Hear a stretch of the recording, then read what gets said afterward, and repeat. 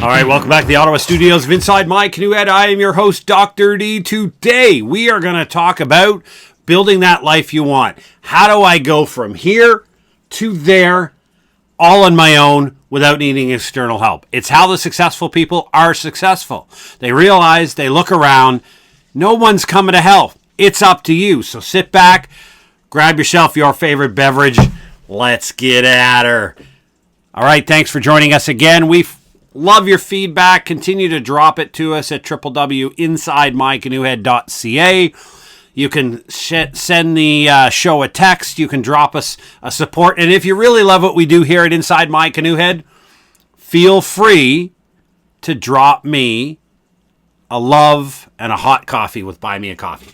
With all of that, right now life is in chaos. We see what's happening in the Middle East. We see what's happening in Ukraine, potential conflict in the Pacific region. Life is very, very difficult, and it often will seem to you in times like this that it's difficult to achieve what you want.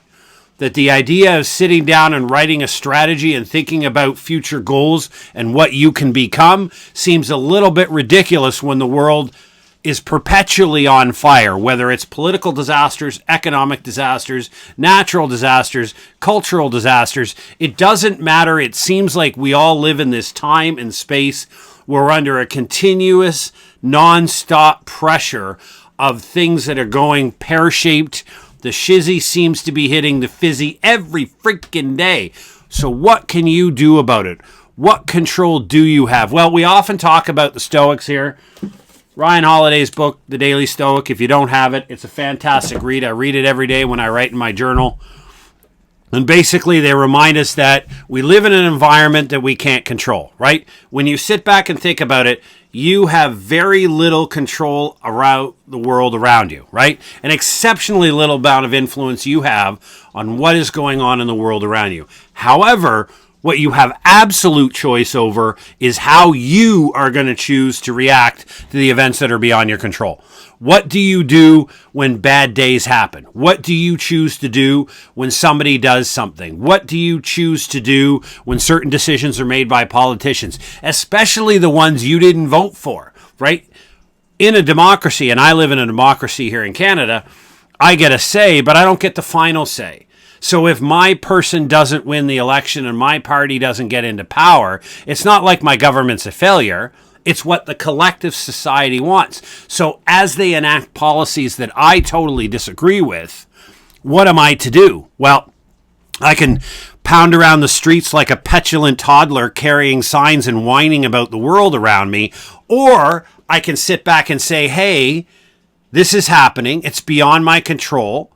What does it mean for me? And what strategies might be available to me to work my way around it, right? How do I find success? Well, that all begins, my friends, with you defining success. And it starts with a little bit of self-love and a little bit of acknowledgement that life sometimes will throw you a right cross upside the head. As Mike Tyson said, we all have a plan until we get punched in the face. The reality is, I don't care if you get punched in the face. I don't care why you are where you are right now. I don't care how you got there. I don't care whose fault it is.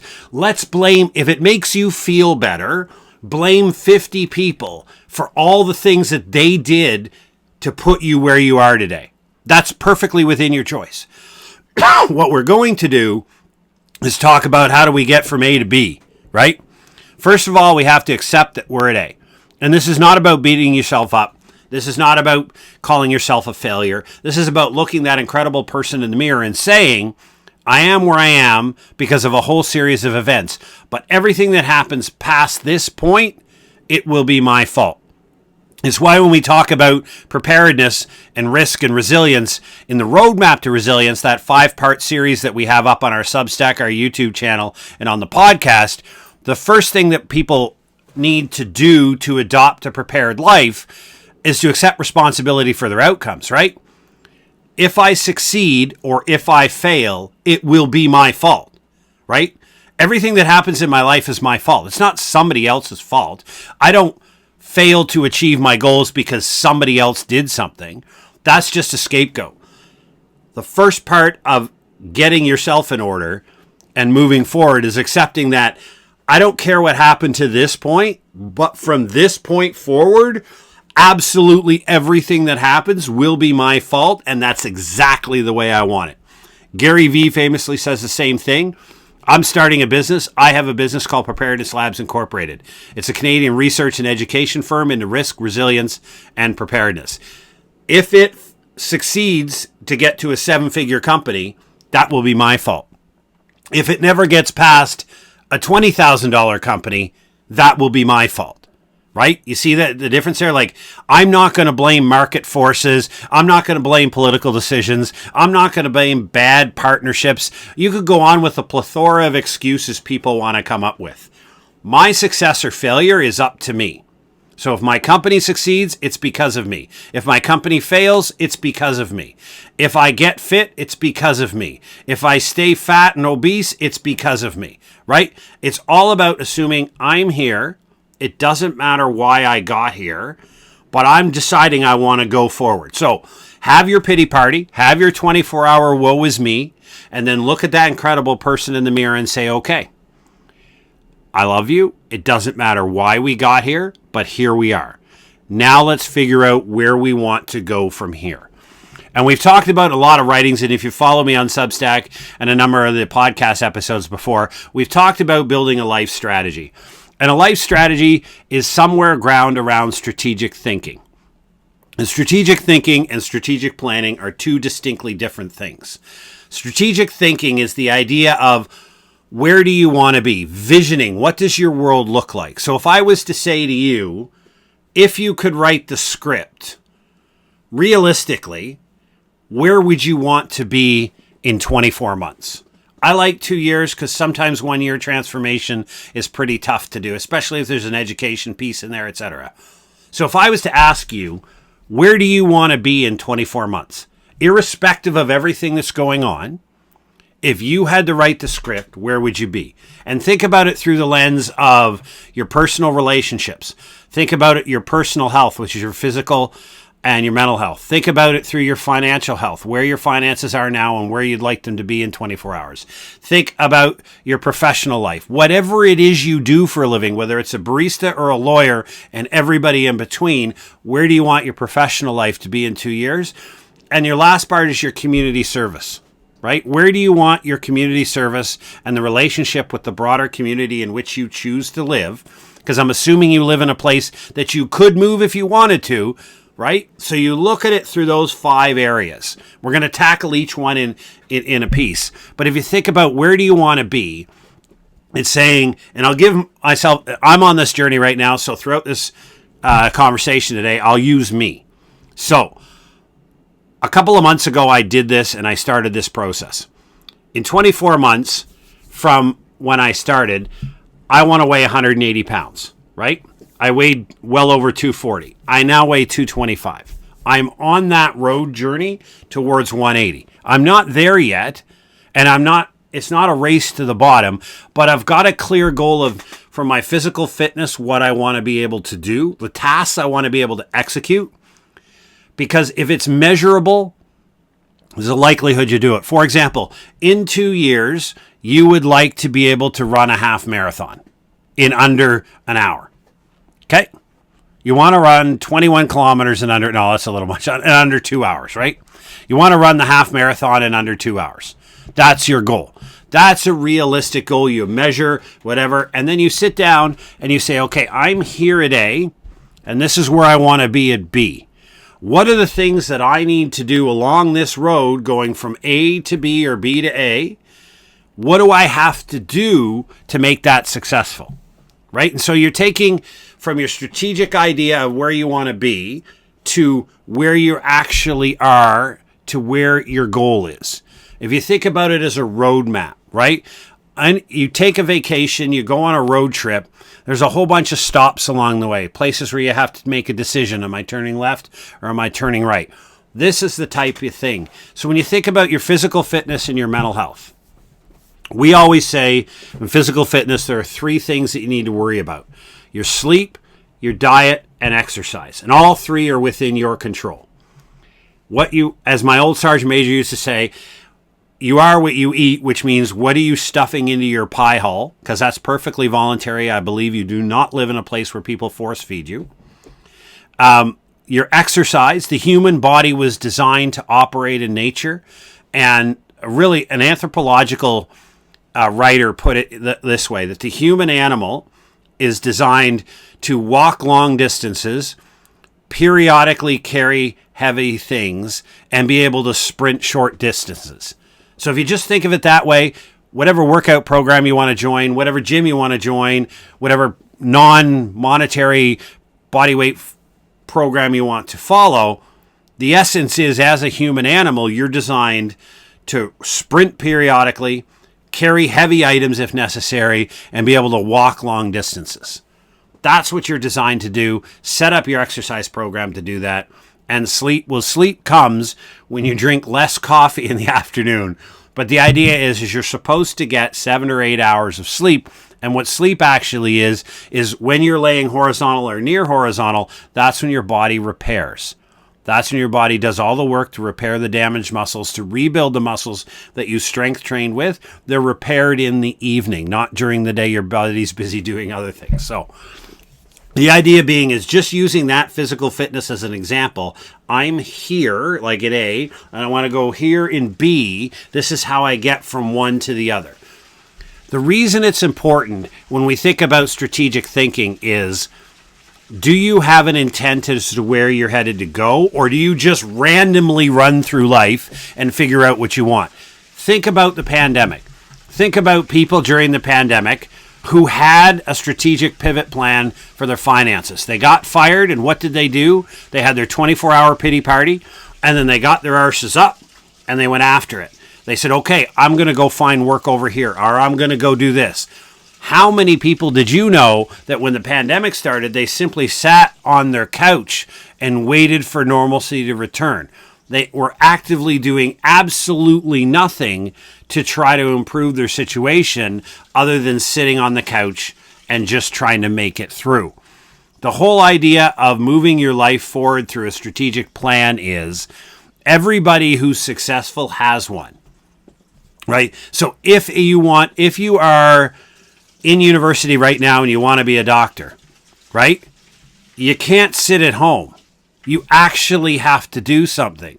And you say, okay, I have to get into an appropriate undergrad program to get a certain amount of training that they're looking for.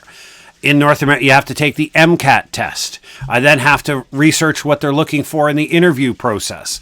Like, you have to do that work if you want to be a doctor. So why would your life be any different? Why would you consider all of the things that are available to you out there, the myriad of things that you could become in the world? The people who get there are not the people who have advantages or privileges. That's just an excuse by people who don't do the work. People who are successful are people who lay out their roadmap. Now, some people come from some pretty challenging socioeconomic areas. That just might mean their roadmap is a year or two longer than everybody else's, but they still have a roadmap. They still have the ability to succeed, right? So if I wanted at age 54 to become a pilot, I know it's my job to go figure out how to do that. It's my job to figure out the steps necessary, look at the budget, figure out how to earn the extra money to pay for that and to make it happen, right? That's not somebody else's job to do it. It's not somebody else's job to pay my bills for me. So it's my responsibility. Or are you simply just getting up every day and winging it? Because there's a lot of people who just get up every day, wing it through it. If they're not working, they're doing nothing productive. They're just sitting around doing whatever. And then if they work, and then they come home. And 4 years go by, and where are they? They're in the exact same place they were 4 years earlier, and they haven't advanced any. The people who are successful in life, and it doesn't matter the field, are the people who say, I want to be here in 24 months. This is the things that I need to do to get there. Now let's figure out how I'm going to do them and in what order, right? So people sit down and make a plan. They build their relationships. They build their community service. They build their professional life. They take care of their physical, mental, and financial health. They take responsibility for all of that because they know it's their job to be successful. It's not somebody else's job to do it for them. There's an old adage in emergency management field that talks to that nobody's coming to help, right? It doesn't mean that the professionals in disaster response are not going to do their best to help you. It's because you are but a fly on the wall of hundreds of thousands of people. I live in a city of 1.1 million, right? The odds of somebody coming to help me, if it's a system-wide, city-wide incident, is fractional to nil, right? It's like Mel Robbins' theory, the let them theory. It's based upon the idea of just let people be who they are and don't let them influence, right? So you've heard people walk around and say things like, Mark made me mad, or I've been pissed off all day because of what Judy did, right? It's just a way to blame somebody else for your lack of ability to manage an event or to manage your emotions, right? I get this argument with people all the time. Somebody else can't make you mad. Yes, people do dumb stuff. I do too, right? We all make dumb errors all the time. Okay? And you get an emotional response. And emotional responses are good. They're proper. They're wonderful. We love them. 10 seconds later, if you're still angry, that's not the person's fault. That's yours. You've decided that because of their actions, you've decided that you're going to get angry and you're going to stay angry, right? So now you're putting yourself and all the people around you through all kinds of BS because of that, right? How many people burned up a couple of days because they've been cheesed off, right? Well, you know what? Shine. You have the right to do that. I'm absolutely not arguing you have the right to do that. But in reality, it's not somebody else's fault but you, right? So the idea that no one's coming to help means if you want to be successful, if you want to achieve a certain goal, and it could be a goal in a sport, it could be a goal in your professional life, in relationships, in your family, in your physical health, it doesn't matter. Across that spectrum we talked about earlier, if you want to achieve something, you have to do it. And it's very keen, it's very much tied to the risk and resilience conversation and the preparedness conversation, is that if you want to adopt a prepared life and decide that you're going to be ready to take care of you and your family and all those for whom you're responsible if a disaster strikes, then you have to do it. Like nobody's going to come anoint you on the head with a little bit of holy water and tell you you're now a prepared individual, right? You have to go out there and do the research. You have to go out there and figure out where the data is. You have to figure out what it is you need to do, etc. That takes cognitive effort and focus, right? That's your strategic planning. When you take the strategic idea that came up in your thinking, the future goal, the future direction, those type of things, strategic planning is how do I translate that strategic goal into specific actions along the way, and you lay out a roadmap. I've shown this in a previous video that I did a couple of years ago where I created a whiteboard, and I did this A to B thing, or B to A, depending on how you're looking at this. I listed in those 5 areas I talked about exactly where I am today. I'm a whiteboard guy. I like the visual learning. And then over here, I put exactly where I want to be.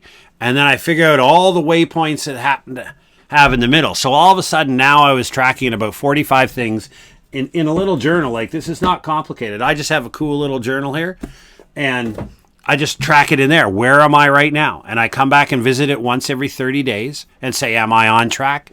Am I headed towards it? Because I guarantee you, right? If you want to achieve a goal, you better have a plan, because luck is not going to get you there. If, for example, you're living in a economically struggling position right now, you have but 2 choices. There are only 2 choices. And in most cases, a lot of things are binary.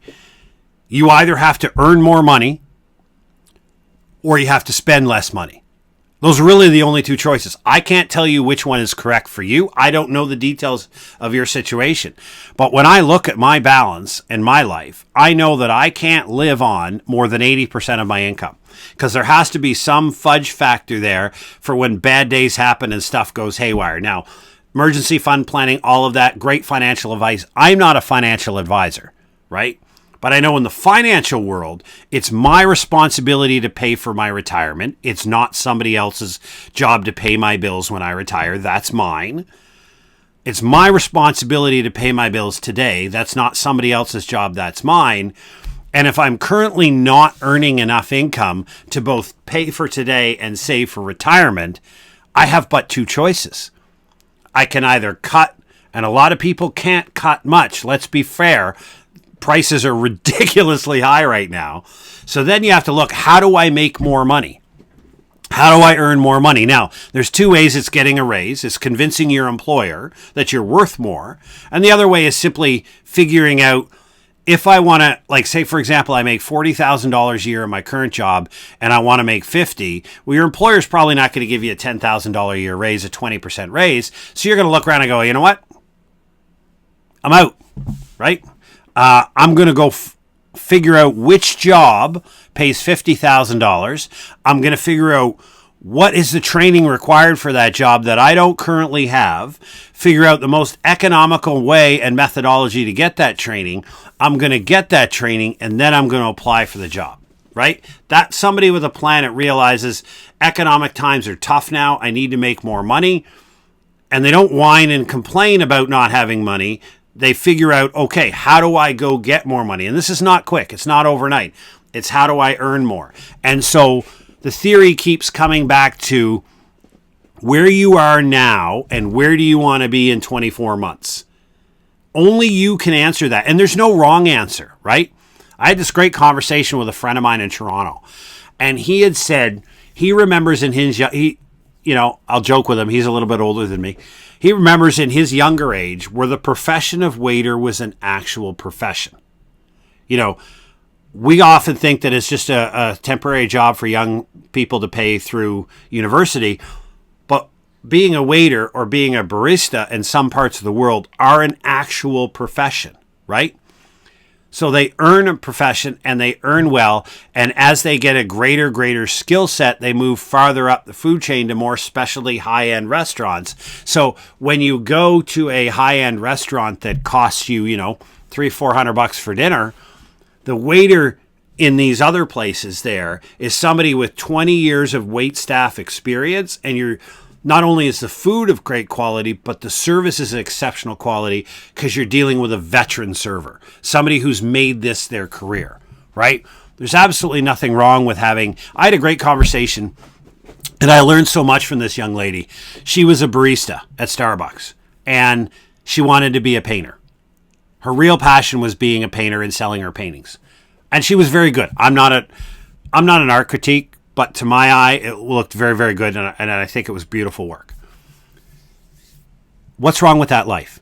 Absolutely nothing wrong with that life. She's not failing. She's not coming up short. She's not lacking ambition. This is what she wants to do as her life. What she realized is it was probably going to take her 8 to 10 years to get any level of exposure on her art to where she could live off her art. So while she was doing that, she became a barista at Starbucks and became very good at her craft to make her a definite asset to her employer and an asset to the clients who would continually come back when she was working. Did she get some tips? Sure. But the point is she knew that what she really wanted to do was to be an artist and live off the sale of her artwork, but it was going to take 8 to 10 years. So in the interim, she funded it. She's not a failure. She had a longitudinal plan as exactly where she was going, right? Didn't need help. It wasn't somebody else's responsibility to pay her more money per hour because cost of living is expensive. She knew the world as it was presented in front of her, not whether she agreed with it, but this was the world in which she lives. So how was she going to be successful doing what she loved in the world as it is, where it is, and learning to navigate it? And I think that's the last thing that I want to mention today is the biggest hurdle that people have in looking at creating great lives for themselves is that they look at the world they're in and they start complaining about it's not the way I want it to be. It's the normative versus positive scientific environment. Do you live in a world where you accept the world as it is? Nobody asks whether you agree with it. We say this all the time in the podcast. Actually, nobody cares whether you agree with the way the world is. it is what it is. Do you figure out how to best navigate the world as it's presented to you? Or do you consistently and regularly complain about the fact that the world is not organized, structured the way you want? And more than likely, you're probably going to use that as an excuse why you're not successful. Framing your life in the world as is, where is, gives you a distinct advantage, right? You might not like the political leaders. You may not like the economic system you live within. You might not like the social structures. But I am A, and I want to go to B, and here's the environment I live in. Understanding the environment and everything around it, this is the plan I'm going to follow that's likely to get me where I want to go. That's a definition of a successful individual. Somebody who has laid out a plan based upon the world they actually live in, not the one they want to live in. Now, advocate for changes if you want. Absolutely. No questioning that at all.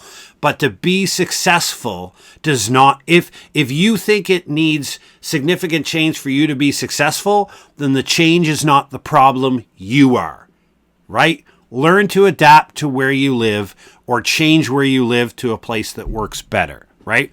There's a recent article talking about why the world needs more Dubais. And it was talking about how Dubai is this wonderful utopia place. I haven't been there since 2007. I'm going next year. I'm looking very much forward to it. The idea behind Dubai is 75% of the people there are expats from around the world. Only 25% of the population is actual Emiratis. And everybody comes there because they're all after growth, creating wealth, creating a great future for them and their families. The only thing that's there is hard-working, driven people. If you're not a hard-working, driven people after success, or you've already made success and you're enjoying retirement, you don't have a place.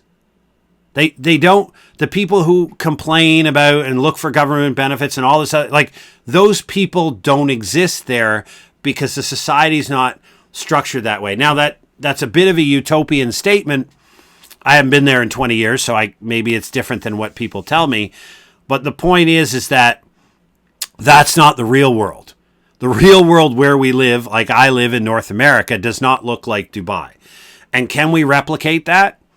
That's a different podcast altogether. The point is this, my friends, and I'll end on this note. It's very, very simple for you to complain about the world around you. It's just as simple for you to decide to change how you live in that world. The choice between those two will determine what your future looks like. The choice is yours. Choose wisely. Thanks again for joining us here at Inside My Canoe Head. Drop all of your comments over at www.inside my canoe head. Down in the show notes are all the details. And drop a comment, like, and subscribe. Take care. Stay safe.